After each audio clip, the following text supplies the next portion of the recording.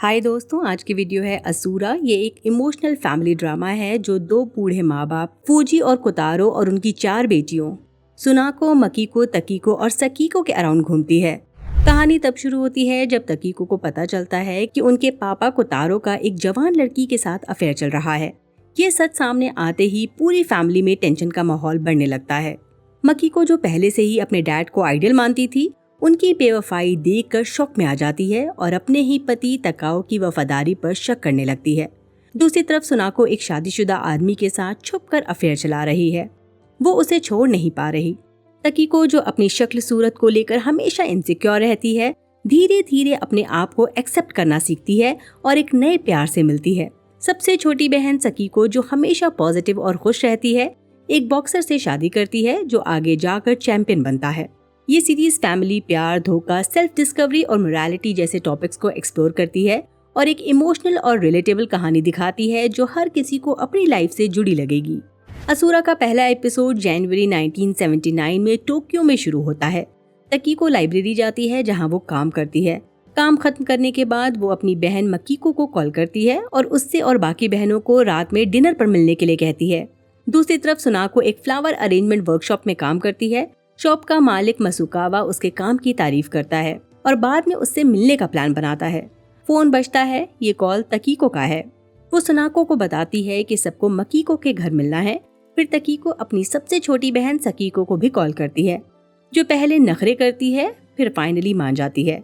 सबको इन्फॉर्म करने के बाद तकीको एक प्राइवेट इन्वेस्टिगेटर से मिलती है जिसके पास उसके लिए कुछ फोटोज हैं। दूसरी तरफ मकीको अपने पेरेंट्स से मिलने जाती है और देखकर हैरान रह जाती है कि उसके डैड कोतारो घर के काम में मदद कर रहे हैं, जो पहले कभी नहीं करते थे। रात में सुनाको सबसे पहले मकीको के घर पहुंचती है। मकीको का पति तकाओ भी जल्दी आ जाता है। फिर तकीको आती है और सब मिलकर खाना खाते हैं। थोड़ा बहुत हंसी मजाक भी होता है। सबसे आखिर में सकीको आती है। तब तकीको एक बड़ा सच रिवील करती है। कोतारो का एक अफेयर चल रहा है और ये ऑलमोस्ट 10 साल से है। सबको और शॉक तब लगता है जब तकीको बताती है कि उस औरत तोमोको का एक बच्चा भी है। जब कोई उसकी बात सीरियसली नहीं लेता तो वो कहती है कि उसने खुद डैड, तोमोको और उसके बच्चे को देखा है। ये सब डिटेल्स तकीको को प्राइवेट इन्वेस्टिगेटर कत्सुमाता के थ्रू मिली है, पर मकीको सबको फोटोज देखने से रोक देती है। उसका मानना है कि अगर सबने देख लिया तो ये सचमुच एक रियलिटी बन जाएगा जो वो अभी फेस करने के लिए तैयार नहीं है। तभी एक हिलेरियस मोमेंट होता है। सुनाको के नकली दांत बाहर गिर जाते हैं। जो सीरियस सिचुएशन थी सब भूल जाते हैं। तकीको इरिटेट हो जाती है और अपनी बहनों पर चिल्लाने लगती है। सकीको जानबूझकर तकीको को और चिढ़ाने लगती है और कहती है कि तकीको असली मदद करने की बजाय बस एक ड्रामा क्रिएट कर रही है। इस बात पर दोनों बहनें झगड़ा करने लगती हैं और तभी वो फोटोज नीचे गिर जाती हैं। जब सब मिलकर फोटोज उठाने लगते हैं तो गलती से वो फैमिली फोटो देख लेती हैं। उस रात सकीको अपने बॉयफ्रेंड जिनाई के साथ टाइम स्पेंड करती है और उसे बॉक्सिंग चैंपियनशिप जीतने के लिए इंकरेज करती है। दूसरी तरफ मकीको का पति तकाओ उससे कहता है कि वक्त सब ठीक कर देगा और किसी को भी मॉम डैड से कुछ कहने की जरूरत नहीं। अगले दिन मकीको सुनाको की वर्कशॉप में जाती है, पर जो देखती है उससे एक बड़ा झटका लगता है। सुनाको का भी अफेयर चल रहा है। ये देखते ही मकीको शॉक में भाग जाती है और सुनाको उसके पीछे जाती है। अब दोनों बहनें एक प्लान बनाती हैं। तोमोको से मिलकर उससे कहना है कि वो कोतारो को छोड़ दे, यानी इनके डैड को छोड़ दे। पर जब ये दोनों तोमोको से टकराती हैं तो कुछ बोल नहीं पाती, क्योंकि तोमोको के साथ उसका बच्चा था। घर पर फूजी को अपने पति की कोर्ट में एक खिलौना मिलता है। उसका दिल एकदम बेचैन हो जाता है कि कुछ तो गड़बड़ है। फ्रस्ट्रेशन में वो उस खिलौने को फेंक देती है। तभी सकीको उसे अपने घर इनवाइट करती है और कहती है कि किसी को बताना मत। पर फूजी अपनी बेटी मकीको को सब बता देती है। अगले दिन मकीको और सुनाको डिसाइड करती हैं कि वो सकीको के घर का पता लगाएंगी, जबकि फूजी ऑलरेडी उसके घर पहुंच चुकी हैं। दरअसल सकीको ने अपनी माँ को इसलिए बुलाया था ताकि वो अपने बॉयफ्रेंड जिनाई से उनका इंट्रोडक्शन करा सके। इस बीच मकीको और सुनाको को फाइनली सकीको का घर मिल जाता है। रात में जिनाई सकीको से बोलता है वो तब तक वेट करेगा जब तक वो एक चैंपियन नहीं बन जाता। अगले दिन मकीको का पति तकाओ प्राइवेट इन्वेस्टिगेटर से मिलता है और वो फोर्स करता है कि वो तकीको से झूठ बोले और कहे कि उसकी इन्वेस्टिगेशन गलत थी। पर तभी तकीको वहां पहुंच जाती है और दोनों को साथ में देख लेती है। कत्सुमाता फाइनली सच्चाई बता देता है। तोमोको का बेटा असल में कोतारो का बेटा नहीं है। ये सुनकर तकीको की आंखों में खुशी के आंसू आ जाते हैं। पर बात यहीं खत्म नहीं होती। मीटिंग के बाद तकाओ डायरेक्टली कोतारो से मिलता है और उनसे कंफर्म करता है कि अफेयर वाकई सच है या नहीं। कोतारो बिना किसी हेजिटेशन के कंफर्म कर देते हैं। तकाओ उनसे पूछता है कि वो इस सिचुएशन को कैसे हैंडल करेंगे, पर कोतारो बस इतना कहते हैं कि जो होगा देखा जाएगा, क्योंकि इसकी कोई माफी नहीं है। बाद में फूजी और सारी बहनें मिलकर एक पपेट शो देखने जाती हैं, बट टेंशन अभी भी बनी हुई है। मकी को अपनी फैमिली के बारे में एक अजीब ख्वाब देखती है। जब वो उठती है तो वो अपने पति तकाओ से इस सपने और बचपन की कुछ पुरानी यादों के बारे में बात करती है। बचपन में मकी को और उसकी बहनें रात को गर्म रहने के लिए बेली वार्मर पहनती थीं। सपने का एनालिसिस करते वक्त तकाओ समझाता है कि मकीको को अपने पेरेंट्स के मामले में दखल नहीं देना चाहिए। सुबह जब मकीको का घर केओस से भरा होता है, तभी सकीको का फोन आता है। वो मकीको से गुस्सा है क्योंकि किसी न्यूज़पेपर में उनके पिता के अफेयर के बारे में लिखा हुआ है। पर सबसे शॉकिंग बात यह है कि उस आर्टिकल में लिखा है कि उनके सिर्फ 3 भाई बहन हैं। सकीको को ये बात बिल्कुल पसंद नहीं आती। मकीको डिफेंड करती है कि उसने ये आर्टिकल नहीं लिखा, पर उसे शक है कि शायद इसके पीछे सुनाको का हाथ हो। जब वो सुनाको से फोन पर बात करती है तो सुनाको भी इस बात से इनकार कर देती है। अब सवाल ये है, अगर मकीको और सुनाको दोनों ने नहीं लिखा तो फिर ये न्यूज़ किसने लीक की? फूजी घर पर कोतारो को न्यूज़पेपर का आर्टिकल पकड़ा देती है, पर वो सिर्फ नाखून रखने के लिए उसे यूज कर रहा था। दूसरी तरफ सुनाको को काम से निकाल दिया जाता है, जिस वजह से वो अपने लवर से गुस्सा हो जाती है। कुछ देर बाद इस रेस्टोरेंट में तकाओ आता है। असल में वो बहाने से तकीको और प्राइवेट इन्वेस्टिगेटर कत्सुमाता को एक दूसरे से मिलाना चाहता है। बिना किसी को बताए तकाओ दोनों को लंच के लिए इनवाइट कर लेता है। जब ये रेस्टोरेंट पहुंचते हैं, तकाओ मजाक मजाक में कत्सुमाता से उसके लव लाइफ के बारे में पूछता है। कत्सुमाता कहता है कि उसे कोई और पसंद है। तभी तकीको इरिटेट हो जाती है और गुस्से में वहां से निकल जाती है। फौरन ही कत्सुमाता उसके पीछे भागता है और बताता है कि रेस्टोरेंट में उसने जो कहा वो झूठ था। दरअसल उसे तकीको पसंद है। उधर तुमोको का बेटा स्केटबोर्ड चला रहा है और उसका एक्सीडेंट हो जाता है। इस बीच मकीको अपनी माँ फूजी के साथ टाइम स्पेंड करती है। दूसरी तरफ जिनाई का बॉक्सिंग मैच हो रहा है, पर जब सकीको देखती है कि वो बुरी तरह पिट रहा है तो वो बीच में मैच छोड़कर चली जाती है। मैच के बाद जिनाई उससे गुस्सा होता है और कहता है कि मार खाना भी उसके काम का एक हिस्सा है।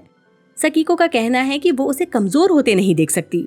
वहीं रात में सुनाको का लवर उसके घर आता है, पर वो दरवाजा नहीं खोलती। बाद में वो अपने पेरेंट्स के घर जाती है। वहाँ सभी बहनें इकट्ठा होने वाली हैं। आज सेत्सुबुन फेस्टिवल है, जो एक जापानीज फेस्टिवल है। ये नए सीजन का स्वागत करता है। सब बहनें एक साथ सेलिब्रेट करती हैं और अपने बचपन की यादें ताज़ा करती हैं। फूजी ने हर छोटी सी चीज संभाल कर रखी है जो उनके बचपन से जुड़ी है। तभी सबको टेंशन होने लगती है कि शायद इनके डैड ने न्यूज़पेपर का आर्टिकल पढ़ लिया है और कहीं वो अपनी जान लेने की तो नहीं सोच रहे। पर तभी तकाओ पहुंचता है और बताता है कि डैड तुमोको के बेटे के एक्सीडेंट की वजह से लेट हो गए हैं। वो ठीक है और जल्दी घर आ जाएंगे। कुछ ही देर में डैड घर आ जाते हैं, जैसे कुछ हुआ ही ना हो। सब सो जाते हैं, पर मकीको को एक अजीब पेन टाइप चीज मिलती है जो मांगा में देखी जाती है। ये देखकर मकीको और तकाओ दोनों रियलाइज करते हैं कि शायद वो न्यूज़पेपर में लिखी गई बातें फूजी यानी इनकी माँ ने लिखी थीं। अगले दिन मकीको का बेटा हीरू अपने दोस्तों के साथ सकीको के रेस्टोरेंट जाता है। तभी अचानक सकीको बेहोश हो जाती है। हीरू फौरन अपनी माँ मकीको को फोन करके बुला लेता है। बातचीत के दौरान मकीको को पता चलता है कि सकीको डाइटिंग पर थी और कुछ नहीं खा रही थी, सिर्फ इसलिए कि वो जिनाई को सपोर्ट कर सके, जो वेट लूज कर रहा था। जब सकीको घर पहुंचती है तो देखती है कि 2 नूडल्स के बोल उसके दरवाजे के बाहर रखे हैं और उसके साथ ही एक औरत भी है जो जिनाई के साथ मिलकर सकीको को चीट कर रही है। लेकिन सकीको चीटिंग पर इतना गुस्सा नहीं होती जितना कि जिनाई के रेमन खाने पर होती है। मकीको इस बात को समझाने की कोशिश करती है कि एक औरत किस तरह फील करती है और सुबह सकीको के साथ क्या हुआ था, पर जिनाई रूड और एरोगेंट बिहेव करता है। गुस्से में सकीको वहां से चली जाती है और मकीको के साथ रहने का फैसला करती है। घर पर तकाओ जिनाई की साइड लेता है और कहता है कि वो समझ सकता है कि जब एक आदमी पर उसकी बीवी का कुछ ज्यादा ही दखल होता है तो वो कैसा महसूस करता है। दूसरी तरफ कत्सुमाता तकीको से मिलने आता है और दोनों एक साथ टाइम स्पेंड करते हैं। फिर कत्सुमाता उसे एक पार्क में ले जाता है और कहता है कि वो नहीं चाहता कि इनका रिश्ता सिर्फ इन्वेस्टिगेशन की वजह से चले, इसलिए वो डैड के अफेयर से जुड़े सारे एविडेंस जला देता है। लेकिन बदकिस्मती से पुलिस दोनों को पकड़ लेती है क्योंकि पब्लिक पार्क में आग जलाना अलाउ नहीं है। इसके बाद मकीको और तकाओ को पुलिस स्टेशन बुलाया जाता है। वहाँ तकाओ पूरी सिचुएशन एक्सप्लेन करता है, जिससे पुलिस इन्हें जाने देती है। कत्सुमाता को चोट लगी हुई है, इसलिए तकीको उसे अपने घर ले जाती है, जहां दोनों के बीच एक रोमांटिक मोमेंट होता है। रात में सकीको वापस जिनाई के पास चली जाती है। जिनाई इनिशियली नहीं चाहता कि सकीको उसके साथ रहे, लेकिन जब सकीको जाने लगती है तो जिनाई उसका हाथ पकड़कर रो पड़ता है। सकीको उसे समझाती है कि उसे मेहनत करके एक चैंपियन बनना चाहिए। साथ ही वो जिनाई से ये भी कहती है कि जैसे वो इनके रिश्ते के लिए फाइट करती है, वैसे ही जिनाई को भी अपनी लाइफ और करियर में फाइट करनी चाहिए। वहीं सुनाको अब भी अपने अफेयर में लगी है। अगले दिन तकाओ 2 दिन के वर्क ट्रिप पे निकलता है। सबके जाने के बाद मकीको अपने घर के काम में लग जाती है। तभी फोन बजता है और वो कैजुअली आंसर करती है, लेकिन फौरन कुछ बोल नहीं पाती क्योंकि वो खाना खा रही है। दूसरी तरफ तकाओ है जो लंच के लिए बुला रहा है, लेकिन शॉकिंगली किसी और को। मकीको फौरन समझ जाती है कि तकाओ उसे चीट कर रहा है। पहले तो उसे लगता है कि तकाओ ने गलती से उसे कॉल किया, लेकिन अब सच्चाई सामने आ चुकी है। वहीं कोतारो तोमोको और उसके बेटे शोजी के साथ हैंग आउट कर रहे हैं। शोजी को अम्यूजमेंट पार्क जाना है तो कोतारो उन्हें वहां ले जाते हैं। उधर घर में मकीको को पता चलता है कि उसकी माँ को सब कुछ पहले से ही मालूम था, पर वो चुप थी। इस पर मकीको भी कन्फेस करती है कि तकाओ उसे धोखा दे रहा है और उसने भी चुप रहने का फैसला किया है, बिल्कुल अपनी माँ की तरह, जबकि तकाओ गिल्ट में है। मकीको तोमोको के घर के आसपास पहुंचती है और वहां अपनी माँ को देखती है। जैसे ही फूजी की नजर अपनी बेटी पर पड़ती है, वो अचानक बेहोश हो जाती हैं। वहीं अम्यूजमेंट पार्क में तोमोको कोतारो को बताती है कि वो शादी करना चाहती है ताकि अपनी जिंदगी में आगे बढ़ सके। दूसरी तरफ मसुकावा अपने हस्बैंड को ढूंढती हुई सुनाको के पास पहुंचती है और उसका सामना करती है। यहाँ टेंशन और भी बढ़ जाती है जब मसुकावा गुस्से में एक गन निकाल लेती है। तभी उसका हस्बैंड बाहर आ जाता है, लेकिन ये सिर्फ एक टॉय गन है और मसुकावा अपने डाउट्स कंफर्म करने के बाद हंसकर वहां से चली जाती है। बाद में पूरी फैमिली हॉस्पिटल में जाती है। काफी देर बाद कोतारो फाइनली वहां आते हैं और मकी को अपनी सारी भड़ास उन पर निकाल देती है। कोतारो बताते हैं कि तोमोको उसे छोड़कर किसी और से शादी कर रही है। बाहर सकीको सबको बताती है कि वो प्रेग्नेंट है और जिनाई से एंगेज हो चुकी है। ये सुनकर सब दंग रह जाती हैं और उसी वक्त अंदर से कोतारो के रोने की आवाज आती है। कुछ महीने बाद पूरी फैमिली फूजी के फ्यूनरल में नजर आती है। इसके बाद मकीको शॉपिंग कर रही है। वो काफी डिप्रेस है।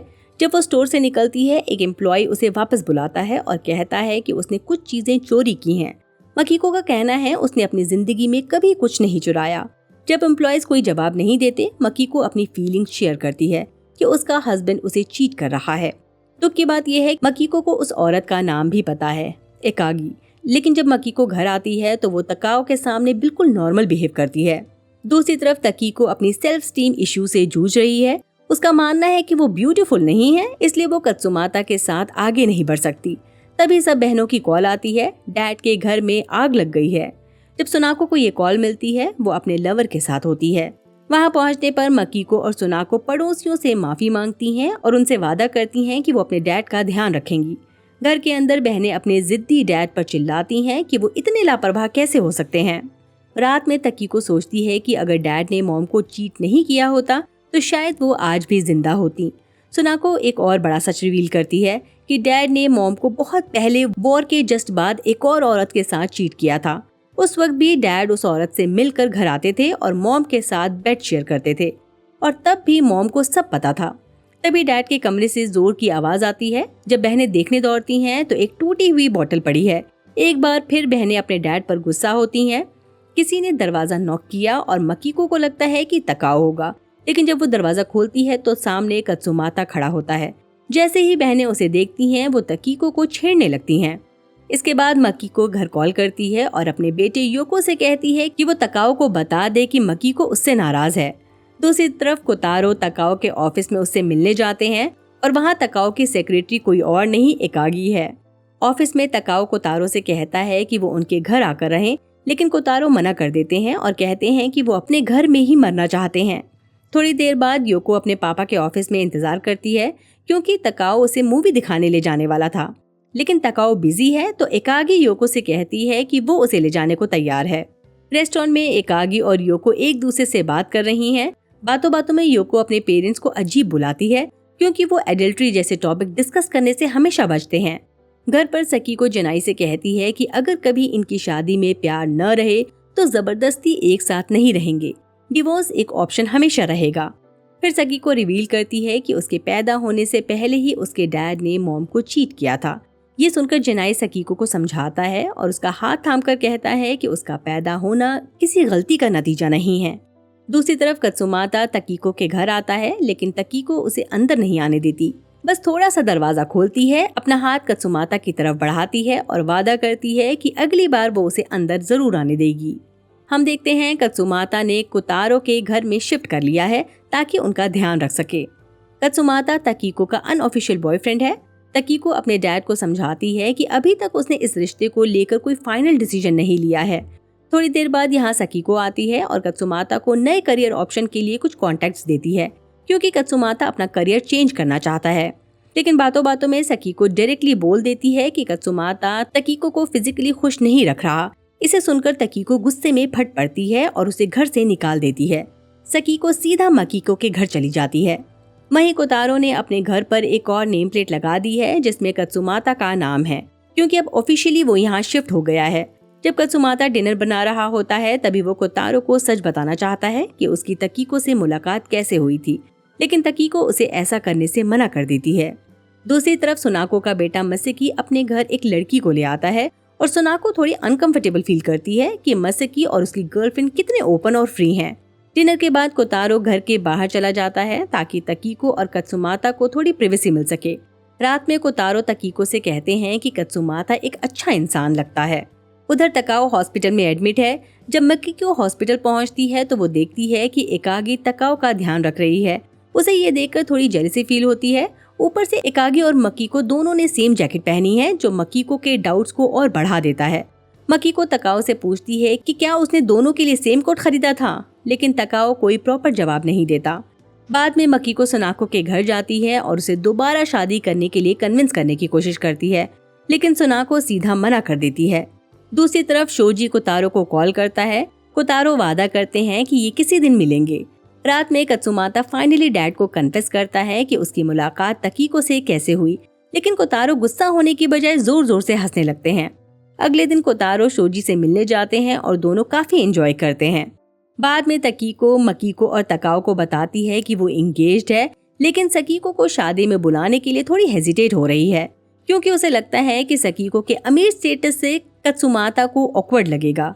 घर जाकर तकीको ये बात कत्सुमाता को बताती है, लेकिन कत्सुमाता बिल्कुल भी अग्री नहीं करता कि सकीको को एक्सक्लूड किया जाए।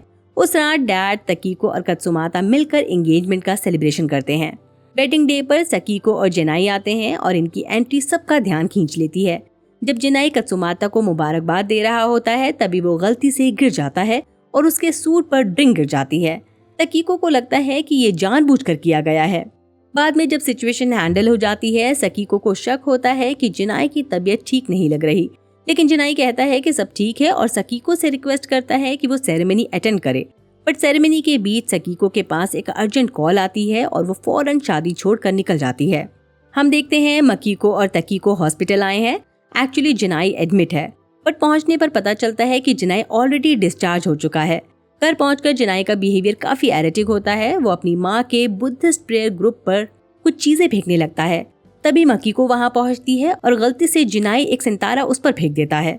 बाद में सकीको मकीको से रिक्वेस्ट करती है कि वो तकीको को इस इंसिडेंट के बारे में न बताए, क्योंकि वो नहीं चाहती कि उसकी बहनें परेशान हो। घर आने के बाद मकीको गुस्से में होती है क्योंकि तकाओ हीरो को शराब पिला रहा है और योको एगाकी के साथ टाइम स्पेंड कर रही है। मसुकावा कत्सुमाता से रिक्वेस्ट करती है कि वो उसके हस्बैंड की इनफिडिलिटी इन्वेस्टिगेट करे। डिनर के वक्त तकीको दुखी है कि सकीको अपनी तकलीफ बहनों से शेयर नहीं कर रही। दूसरी तरफ कत्सुमाता अपने काम की डिलेमा शेयर करता है। उसे पता चलता है कि मत्सुकावा ने अपने हस्बैंड पर चीटिंग का इल्जाम लगाया था, लेकिन हस्बैंड ने ज्यादा पैसे देकर केस ड्रॉप करवा दिया। ये सुनकर मकीको जोर जोर से हंसने लगती है क्योंकि उसे सच पता है।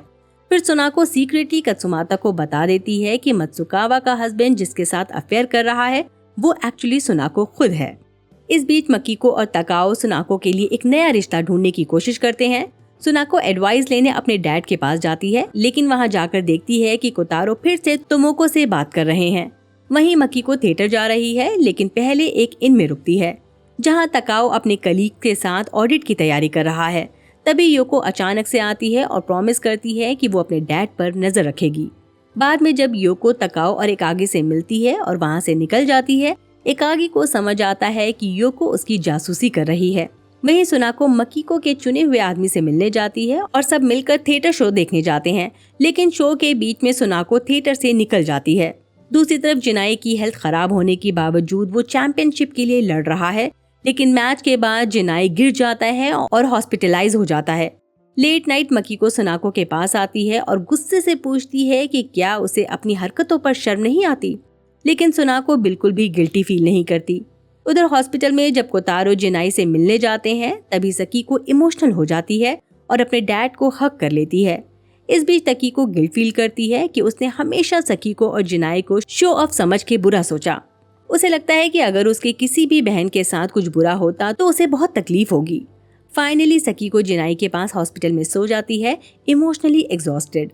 आखिरी एपिसोड की शुरुआत होती है मकीको और सुनाको के बीच बातचीत से, जिसमें कोतारो और तोमोको के बीच फिर से कनेक्शन बनने की बात होती है। सुनाको कैजुअली कहती है बेहतर है एक धोखेबाज हस्बैंड हो बजाय एक भी हस्बैंड न होने के। तभी तकीको उनकी तरफ आती है और दोनों डिसाइड करती हैं कि उसे कुछ नहीं बताएंगे। हॉस्पिटल में जिनाई की माँ सकीको को ब्लेम करती है कि उसकी वजह से जिनाई की तबीयत बिगड़ी। वो कहते हैं कि सकीको ने जिनाई को जबरदस्ती फाइट करने के लिए मजबूर किया, जबकि उसे पता था कि उसकी तबीयत खराब हो रही थी।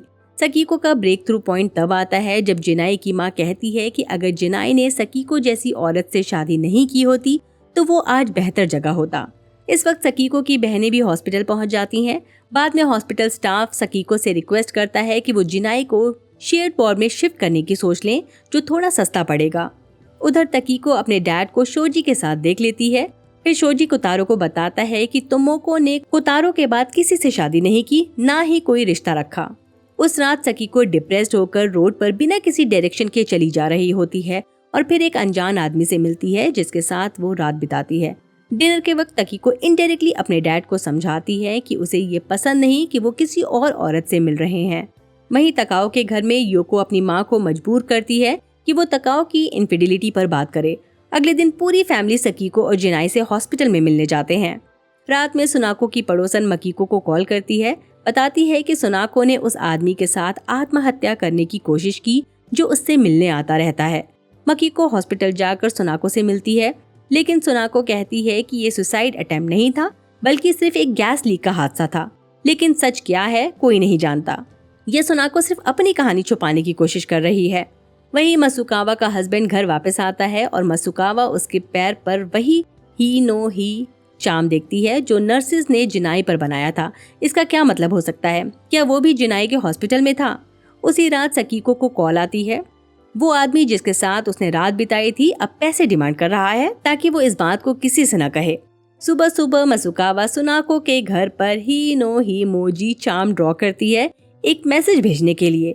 बाद में मसाकी अपनी माँ सुनाको से कहता है कि वो उसके साथ रहे, पर सुनाको मना कर देती है, बोलती है कि वो कोई बूढ़ी औरत नहीं जिसे किसी की देखभाल की जरूरत हो। दूसरी तरफ कोतारो और तोमोको बात करते हैं और तोमोको शोजी को बता देती है कि वो अब कोतारो से नहीं मिलेगा। दोपहर में मकीको को एक बुक स्टोर से कॉल आती है कि योको ने चोरी करने की कोशिश की। मकीको जाकर मामला सुलझा लेती है और योको से पूछती है कि उसने ऐसा क्यों किया। योको कहती है कि बस अपनी माँ का अटेंशन चाहिए था। फिर वो मकीको से कहती है कि अपनी परेशानियां छुपाने की जगह उससे शेयर करे, वरना कहीं वो भी दादी फूजी की तरह ना बन जाए। घर लौटने पर एकागी अनाउंस करती है कि वो शादी कर रही है। साथ ही वो ये भी क्लियर करती है कि उसका तकाओ के साथ कोई अफेयर नहीं था। रात को मकीको तकाओ से उसके अफेयर के बारे में सवाल करती है। तकाओ थोड़ा नर्वस होता है पर कहता है कि वो चीट नहीं कर रहा था। अगले दिन कत्सुमातो और तकीको हॉस्पिटल में सकीको से मिलने जाते हैं। वो रो रही होती है तो तकीको प्रॉमिस करती है कि वो सब हैंडल कर लेगी।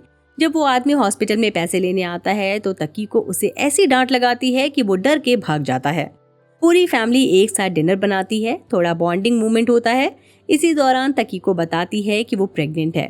दूसरे कमरे से देख रहा कत्सुमाता सोचता है कि क्या ये सिस्टर सच में एक दूसरे के साथ अच्छी हैं या बस दिखावा है। इस पर तकाओ कह देता है कि ये लोग असुरा जैसे हैं, ऊपर से धार्मिक और सही लगते हैं पर अंदर से उनके एक्शंस अपने पर्सनल इश्यूज से ड्रिवन होते हैं। उधर जिनाई के पैर पर हो जी नो हो चार्म ड्रॉ था, वो स्माइल में बदल जाता है जो शांति और हीलिंग का सिंबल है। मकीको और तकाओ एकागी की शादी अटेंड करते हैं, जहां मकीको एक्सेप्ट करती है कि उसने एक टाइम पर तकाओ पर शक किया था, पर अब उसे यकीन है कि ऐसा कुछ नहीं था। दूसरी तरफ कोतारो तोमोको से अलग हो जाता है शोजी के भले के लिए, पर तोमोको झूठ बोलती है अपने मैरिटल स्टेटस के बारे में, शायद इसलिए क्योंकि उसने सुनाको और मकीको को अपने घर के आसपास देखा था और कॉम्प्लिकेशंस नहीं चाहती थी। फिर भी शोजी बाद में कोतारो को कॉल करता है, जो दिखाता है कि कोतारो का कनेक्शन उससे अब भी बना हुआ है। एक और सबप्लॉट में सुनाको पहले मना करती है कि उसने अपनी जान लेने की कोशिश की, पर जब मकीको दोबारा पूछती है तो सुनाको सिर्फ मुस्कुरा देती है, जो शायद ये हिंट देता है कि उसने वाकई जान देने की कोशिश की थी। लेकिन अच्छी बात यह है कि जिनाई की हेल्थ इंप्रूव हो रही है, जो चार्म के पॉजिटिव सिंबोलिज्म को रिन्फोर्स करता है। मकीको और तकाओ के बीच का शक भी क्लियर हो जाता है और मकीको अपनी शादी को लेकर एक नए भरोसे और सुकून को महसूस करती है। इसी के साथ ये सीजन यहीं खत्म होता है। बाय, अपना ख्याल रखिए।